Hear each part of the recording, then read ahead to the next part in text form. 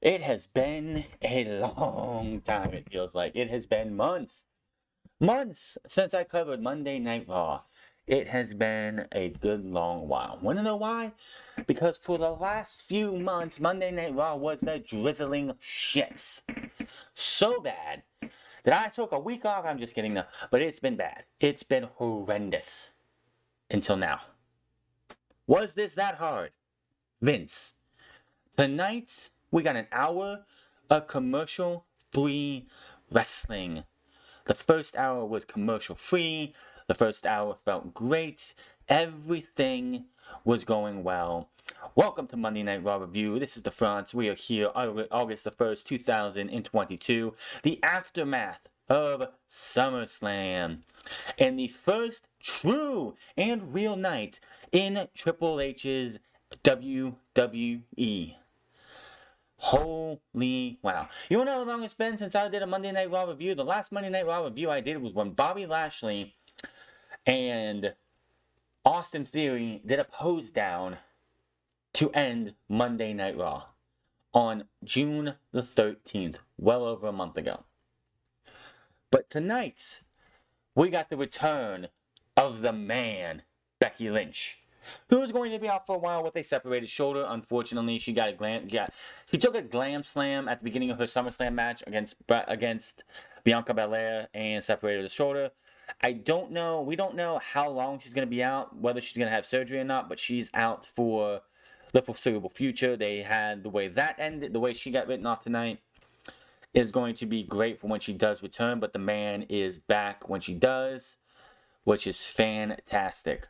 Also, we had a undisputed world tag team title match with the Usos taking on the Mysterios for whatever reason. Edge came back with his comments on what he's going to be doing here with foreseeable future with the Judgment Day and all that, and so much more. Also, Bayley, Io, Sky, and Dakota Kai make their presence felt in the women's division, and it is just the beginning of Triple H's era in WWE, and I am looking forward to everything that they do. NXT right now is still something I do not plan on watching or reviewing, just because they gotta get rid of 2.0. They got a lot that they're still working on to clean that up before that is even worth watching. But the show started off with Becky Lynch. She comes out in a sling, and yes, it was a separated shoulder. Damn shame. Especially, it's like I look back and at Double or Nothing, we got promised the Summer of Punk. We were gonna get the Summer of Punk AEW edition. What the world has gotten in professional wrestling this year is we got the Summer of Injuries. Not just AEW, WWE, and all these other companies have gotten injuries. This has been, I think, the most injuries I have seen come out of professional wrestling all at the same time in a very long time. So she comes out, she's it she spent a year almost, a damn near year since she made her return last year and won that title in 26 seconds. She went from the man to big time and sounded horrible. I don't know what Vince McMahon was trying to do. I don't know what he was trying to prove making Becky Lynch go heel last year and spending this entire year as an insufferable heel. She comes out. She sounds like she did before she went away to have her child. She sounded real. She sounded like genuine. It sounded like the Becky Lynch of old, and it was fantastic. So she said she gets everything she's done. She does her all, and she's happy to say that she finally remembered who she was at SummerSlam. It has nothing to do with the validation, the fancy clothes, but rather the grit, determination, and owning up to every mistake she has ever made. She confirmed she separated her shoulder at SummerSlam, and she had two choices.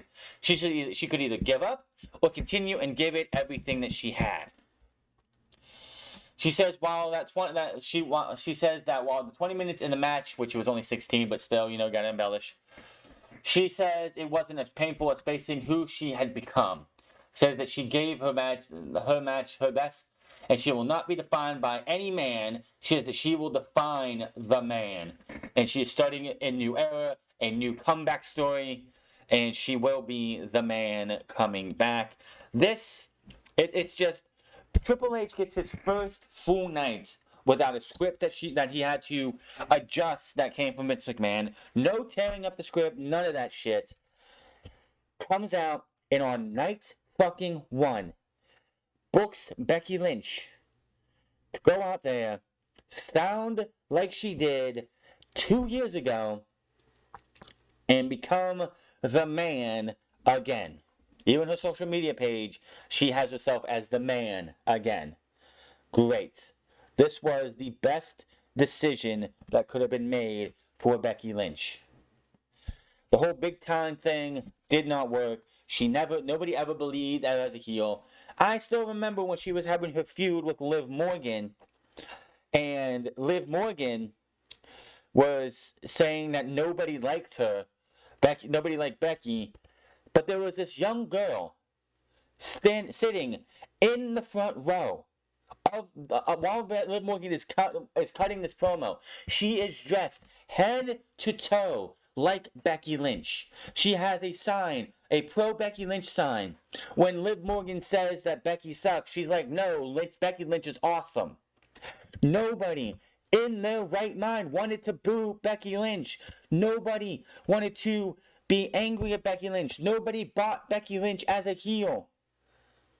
And here she is. She says she respects Bianca Belair. She asks Bianca Belair to come out. Gives her... Hold on. She says... let me see here.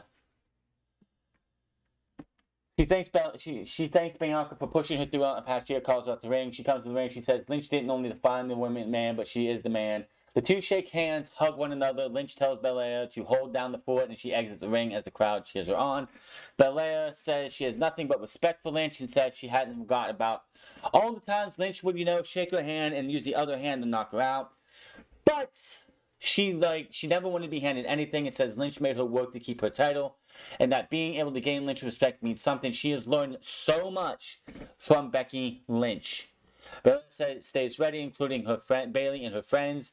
We all of a sudden go backstage to see Becky on the ground with Bayley, Kai, and Sky. Love the fact that I can say it that way. It just rhymes. Holding her down, and Bayley takes a chair to Becky's injured arm, gets it out of the brace, has it in there. They're going to Pillmanize it, but the referees and everyone gets there. Bianca Belair eventually gets there. They're all gone. So Monday Night Raw started off great. I'm not a big fan of having every episode start off with a bullshit, run-of-the-mill promo, but this was genuine, this was real. Becky Lynch sounded like her old self. Anything that was there for the last year seemed to be thrown in the bin, and Becky Lynch got to be who the fuck she is. What brought her to the dance? What got her to be one of the most, if not most popular women in all of professional wrestling? The man is back. When she was leaving the ring after the hug and saying, hold down the fort, the fans showered her in Becky chants. All what they've been doing since she made her return, even before she made her return last year, we heard Becky chants all the time. People just want to cheer this woman. She has never given us a legit reason to boo or hate her. Triple H saw this and was like, fuck this heel bullshit. Obviously, if Vince McMahon was still in charge, the match would have happened. The match would have ended. Becky probably would have won. Bayley and Io would not have come out. Dakota Kai would not be rehired, probably going somewhere else, probably back to Shimmer or Stardom or somewhere else. But here we are. The women's division on Monday Night Raw is stacked with star power. Dakota Kai, Bayley, Bianca Belair, Io Sky. Nikki, when she drops the superhero gimmick, could be a star too. Piper Niven needs to be called Piper Niven again or something else. Oh, Piper Niven is her WWE name. Get this fucking shitty ass derogatory name off of her. And give us Piper Niven. Give us all of this. This was a fantastic open to Monday Night Raw. Monday Night Raw's first hour was commercial free. We get a rundown of the code of the rest of the show. We get slideshows of the picture of SummerSlam, and then we get a video package on the importance of the United States Championship, narrated by JBL. I wish they would have used John Cena, but they must not have been available for this. And they go over the history and what it means to have the United States champion. We hear snippets of Dusty Rhodes. We see Goldberg when he was U.S. champion. Lex Luger, I believe, as well, too. Other snippets for this. And I'm like, this is how you make a secondary championship mean something. So a secondary championship that has the lineage of it since all the way back in WCW, Jim Crockett Promotions, in the NWA. That title was brought to WWE in 2001. Deactivated, reactivated, and WWE still counts the entire legacy of the United States Championship with this one. And it was just a thing of beauty, and it's like, in one night, Triple H has turned Becky Lynch into the man again, getting us to the Becky Lynch that we had, and has also started building up the legacy of the United States Championship. Why? Because titles need to mean something. And now the United States Championship gets some of its prestige back. It's still got a ways to go. Tonight we had 2 triple threat matches. AJ Styles versus Mustafa Ali versus The Miz. The winner of that will take on the winner of Tommaso Ciampa, Dolph Ziggler, and Chad Gable. The winner of those 2 matches go on to face each other, and the winner of that match will face Bobby Lashley next week. Do I think they should have held it off till Clash at the Castle? Yes. Have the triple threat matches tonight, have the winner tonight, and then go to and have a build up between the winners of the triple threat in the main match, and have them build up the Clash at the Castle. That's just me. So we started off with AJ Styles, Mustafa Ali, and The Miz. This was fun. The finish to this match was absolutely awesome. Great to see Mustafa Ali getting opportunity. No, he did not win this match. Miz did not win this match. Obviously, AJ Styles won.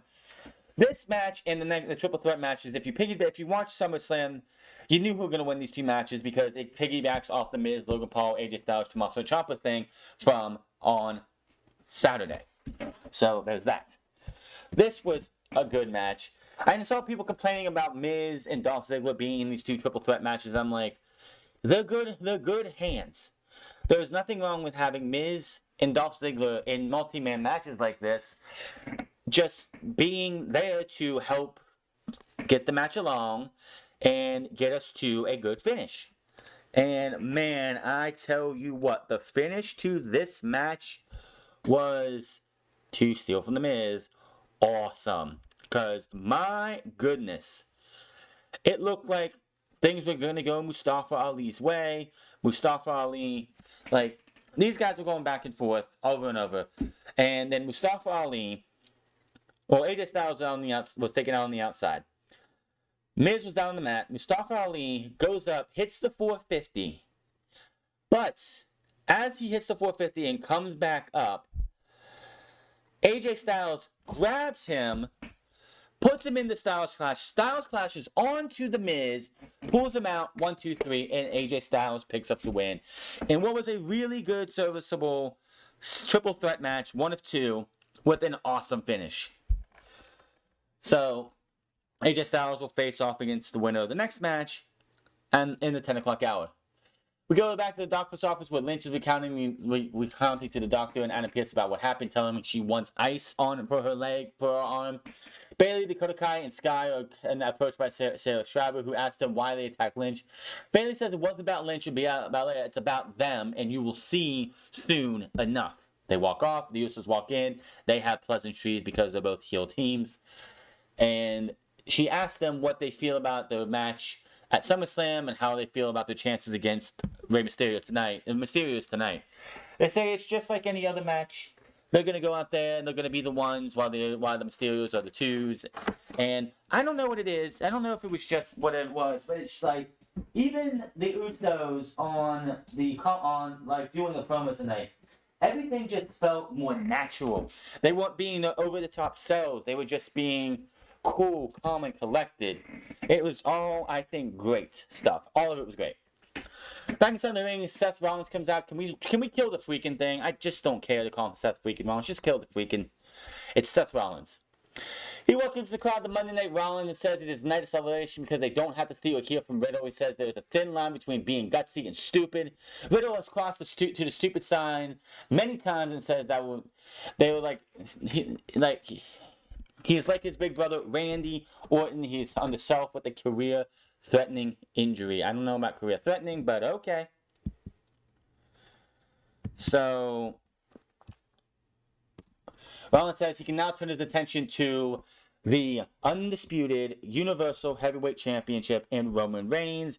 And just then, here come the Street Profits. Why? I don't know. They don't even get a chance to talk. He's like, oh, no, shut up. I don't want to hear from you. Shut that music off. No nothing. No singing, no dancing, no solo cuts, none of that stuff. I don't have time for you guys.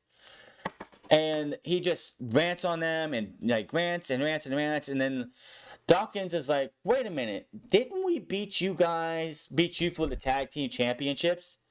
And then Ford is like, wait a minute, wasn't this I know who this guy is. Wasn't this the guy who got beat by Cody Rhodes when he had one boobie? And yes, he said one boobie. Change, people, change. Rollins asked if they came for a fight, but there could only be one of them. And next time, maybe if you got split, and Seth Rollins in this promo did insinuate them breaking up multiple times. Dawson asked if they wants to watch one of them, the Profits beat him, and the crowd cheers. They said, we're going to play some rock, paper, scissors. So they want a ref out here. The ref's ready to count this. They both still have their mics. They're doing the rock, paper, scissors, and all of a sudden Ford tosses Dawkins his mic, grabs the referee, and runs to the ring. And clearly they're just pushing this to the point of we're going to see these guys break up very, very soon. What's going to happen with Dawkins after that? Do not know. We all know Ford is the golden boy in this one. Do we see something on vein of like Otis going from Heavy Machinery to the Alpha Academy with Dawkins? Maybe Dawkins finds another tag team partner and has a new tag team. Do not know. Montez Ford versus Seth Rollins. This, if y'all don't believe that they're like with Triple H in charge, we're not going to get Montez Ford and Angelo Dawkins splitting and Ford going on to be his own single star, you should not watch this match then, because this match was just a precursor to Montez Ford eventually being a single star. How do we get to him being a single star? I don't know. We just have to wait, watch, and find out together. So, of course, Ford has some injured ribs from his match on Saturday with the Usos. That was a point of contention for Rollins early on. But the thing of it is that Ford kept fighting back. He just could not stay down. He even hits he even goes for the big old frog splash. Rollins gets the knees up, big stomp, 1, 2, 3. Ford loses to Seth Rollins in what was a pretty good match.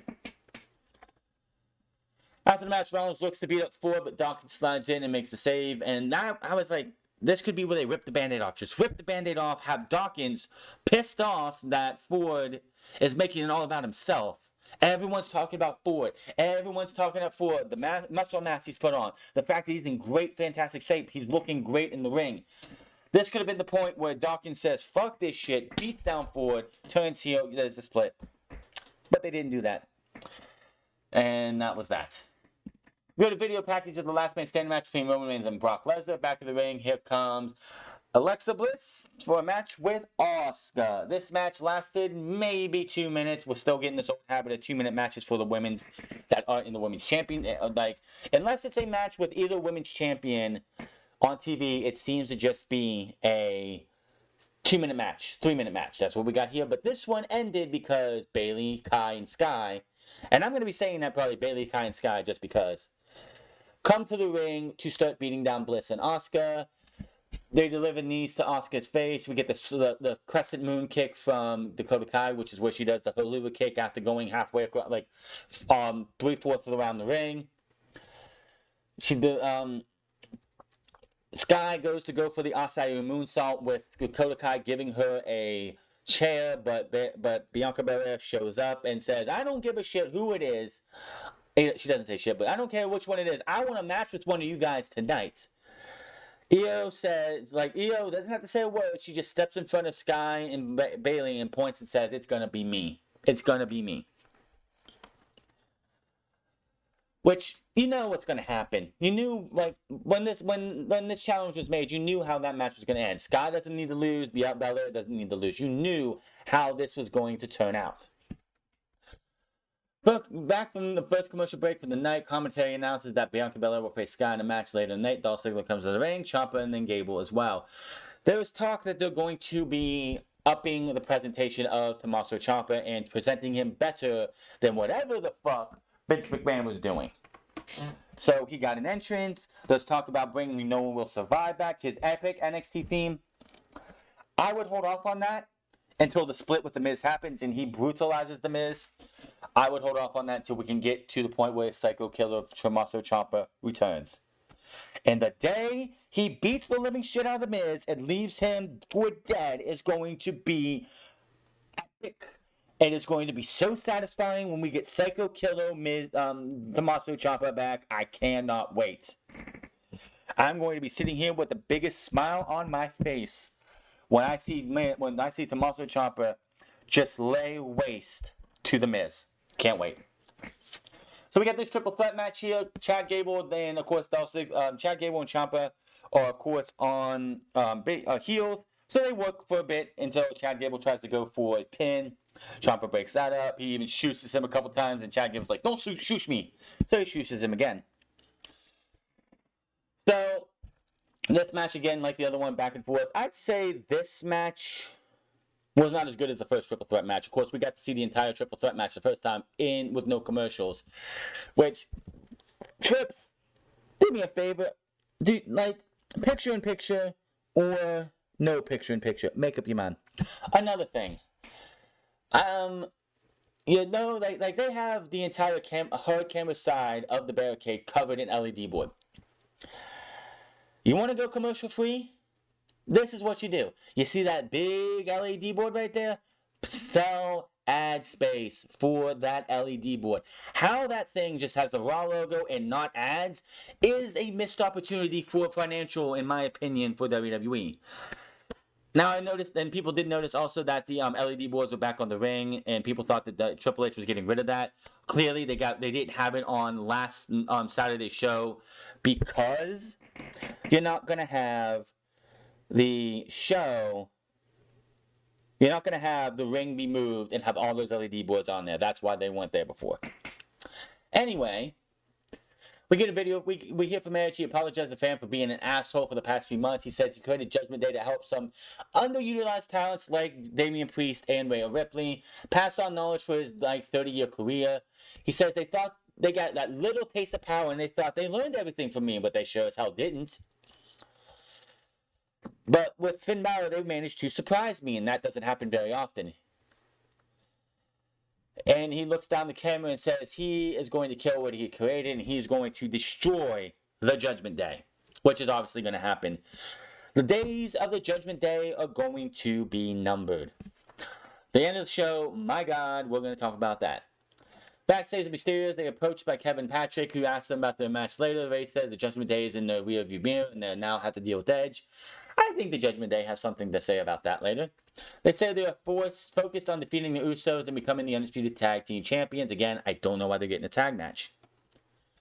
The title match. Back for break, we get a video package showing the tryouts from WrestleMania, from SummerSlam weekend, and we hear Sarah Schreiber. We head to Sarah Schreiber, Dakota Kai, Bayley, and Io Sky. Bayley says that the women who have been on a downward spiral since she left and outsourced two of the best underrated women in the world, and they will be in full control. Kai steps up and says that they know how to play the game. Hint, little wink and nod at Triple H, who's a few feet away.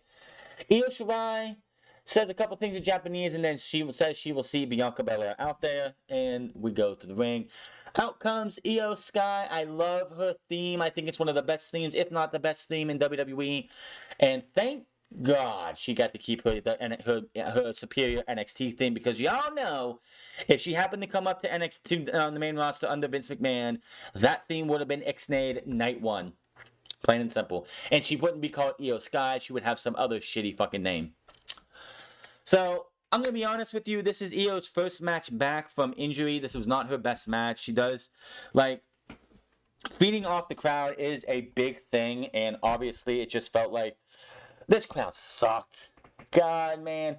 Houston, we know you've done better. Where the fuck was the energy all night? You were getting a first full night of Triple H in his vision of the WWE in Monday Night Raw, and you've dropped the fucking ball. They did not give a shit about this match until Asuka back in, and obviously you knew it was going to happen. Asuka and Alexa Bliss come down because Io is outside. Oh my God, the bump of the night, the nastiest bump of the night.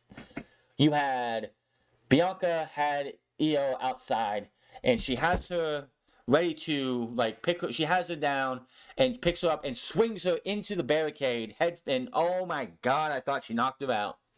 She goes to pick her back up and throw her into the ring. Kai and Bayley say nope, and they sit on the ring apron. So Alexa Bliss and Asuka come down. We have them there. The match is going on. They're having a hell of a match. Bianca Belair looks like she's on the verge of winning when all 4 women get up and come into the ring. They start brawling. All 6 women are brawling, and that was the end of the segment with a no contest. Now, if this was still Triple H and this match still happened, the brawl would have happened. We would have went to commercial break, came back, and had a 6-woman tag match for no fucking reason and no build.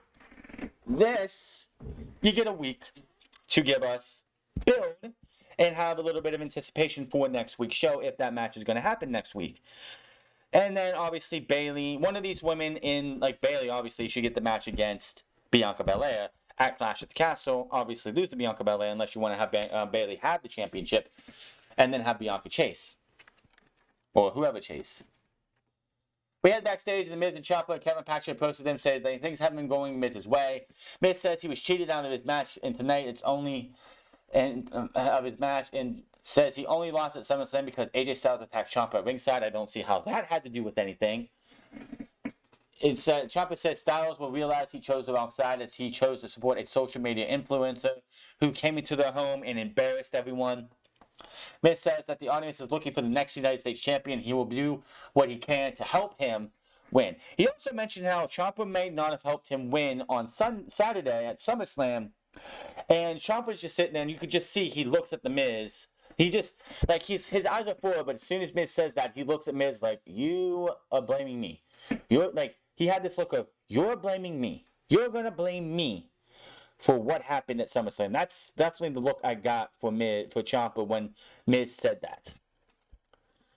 AJ Styles vs. Ciampa, #1 contender for the United States Championship, and I'm thinking, wow, we get 3 matches tonight. No championship contender bullshit. No Bobby Lashley versus Ciampa, Bobby Lashley versus AJ Styles. Then AJ Styles loses, or Bobby Lashley loses to one of them to get a #1 contender. None of that. We had 6 men going 2 matches. The winners of those 2 matches went up to face each other, and the winner of that gets Bobby Lashley next week. How hard of a concept was this for the old fuckhead who got fired, or had to leave, or was forced to retire? It's not that hard of a concept. Damn good match between these two. This was a showcase coming out party for Ciampa, showing you what he could do in the middle of the ring. Now,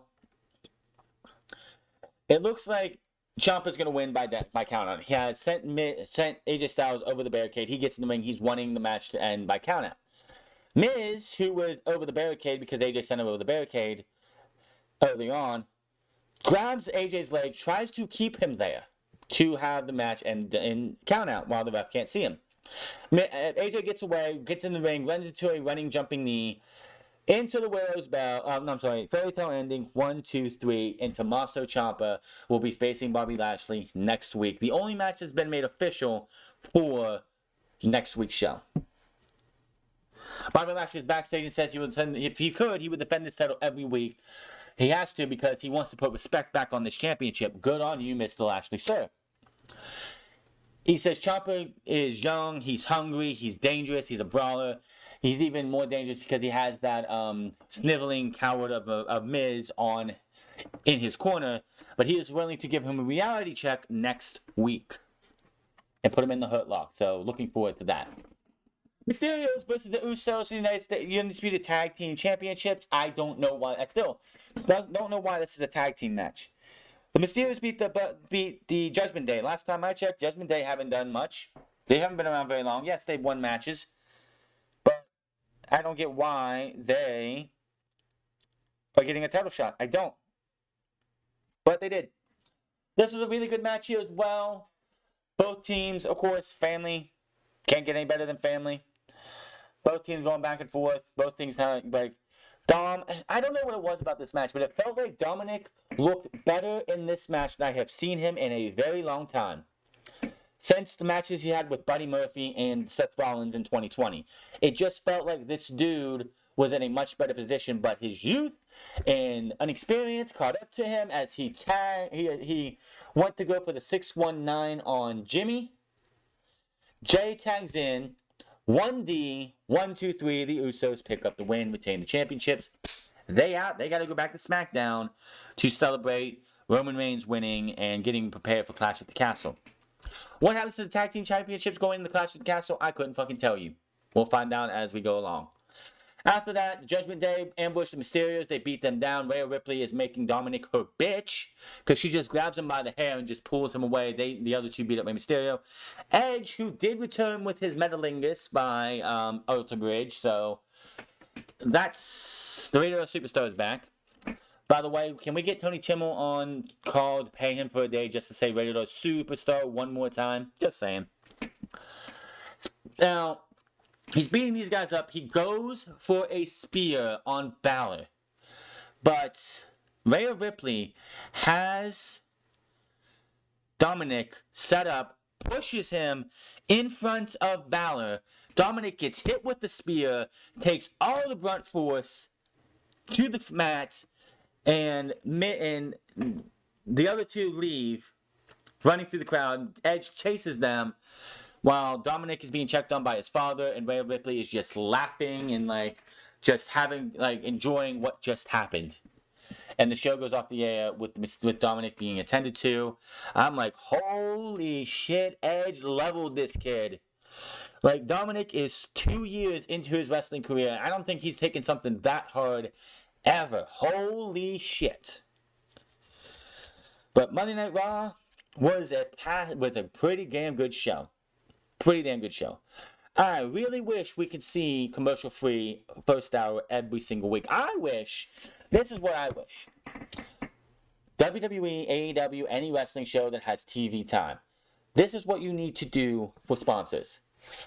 Take a page from football, soccer, whatever you want to call it, when they have their first and second half. They don't run commercial breaks for that 45 minutes. They have the box score, and right beside it is a little graphic for the sponsors that changes out when they want to change, when sponsors change. You have that entire barrier on the one side that has Raw's logo. Sell ad space there. You don't have to go to commercial break for ads with that ad space there. I would love to see all these matches straight through. This is why I'm glad I'm able to find a way to get the feed to the Fight TV or the UK feed of AEW on Wednesday night, because I get to watch the matches with no commercial breaks. It's so much different than watching a match, going to commercial, missing half the match, and then watching the end of the match. It is so much better when you can see the match, and the first hour was great. A lot of this show was a Triple H show. This felt as close to Black and Gold NXT on the main roster as we've been wanting. They still got a ways to go. They got to tie up and finish up these storylines that Vince McMahon had already started. You can't just scrap all the storylines. You're not going to do the Impact Wrestling TNA thing when Hulk Hogan and Eric Bischoff came in and you just dropped everything and started from scratch from day one. That hurt that company big time. You're not going to do that. They're going to kill the Judgment Day eventually. You're just going to take them out. Mysterio's, I don't know what's happening there. You're going to do, Becky's going to be gone for a while. She'll be out for a few weeks. Unless she has surgery, then she'll be out for a few months. So many, like, not too many negatives, if any negatives at all. This felt fucking great. This is what we were wanting to see when Triple H was running Black and Gold, and what we thought we were going to get when Triple H came up and took over for the old man. This is what this was felt like. Perfect? No. Still got some work to do. Once all these storylines are tied up in a nice little bow, and everything that is any trace of Vince McMahon is gone, the show will be where it needs to be. Until then, the only thing we got right now that is Triple H only, and Triple H only, is the women's stuff with Bayley, Kai, Sky, and Bianca. But that is your Monday Night Raw review. Hit that subscribe button, comment down below, like or dislike this video. Find me on Minds at the France Club, find me on twitch.tv/The France Club, and find me on Instagram at The France Club. And I'll see you guys on Wednesday for more AEW. And we see if Yuta could beat Jericho. Spoiler alert, no. Till then, my name is The France, and I'll see you guys later.